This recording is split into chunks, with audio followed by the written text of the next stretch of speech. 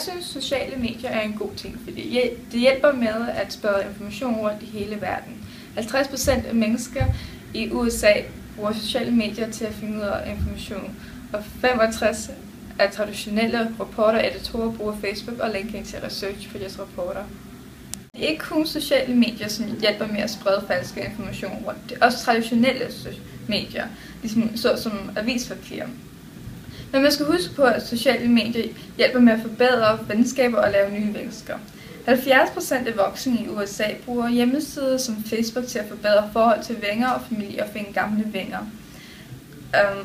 52% af teenager har sagt, at sociale medier hjælper med at forbedre deres forhold til venner, og 88% har sagt, at det hjælper med at holde i kontakt med venner, som de kan se i hverdagen. Det sker med eller uden hjælp af sociale medier. Men når nu vi er på emnet af diskussioner, så sociale medier hjælper med at bemyndige kvinder. Kvindelige CEOs af Fortune 500 er i overtal over de mandlige CEOs, 15 til 485. Ikke kun det, men mange sociale medier er domineret af kvinder.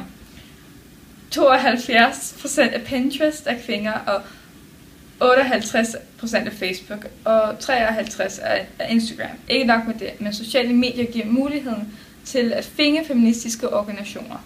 Sociale netværk hjælper folk, som er generte eller socialt isoleret, med at skabe nye venskaber.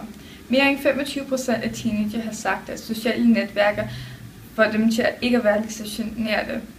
28% har sagt, at sociale medier gør dem mere udadvendt, og 20% har sagt, at teenager har sagt, at sociale medier hjælper dem med at blive mere selvsikre.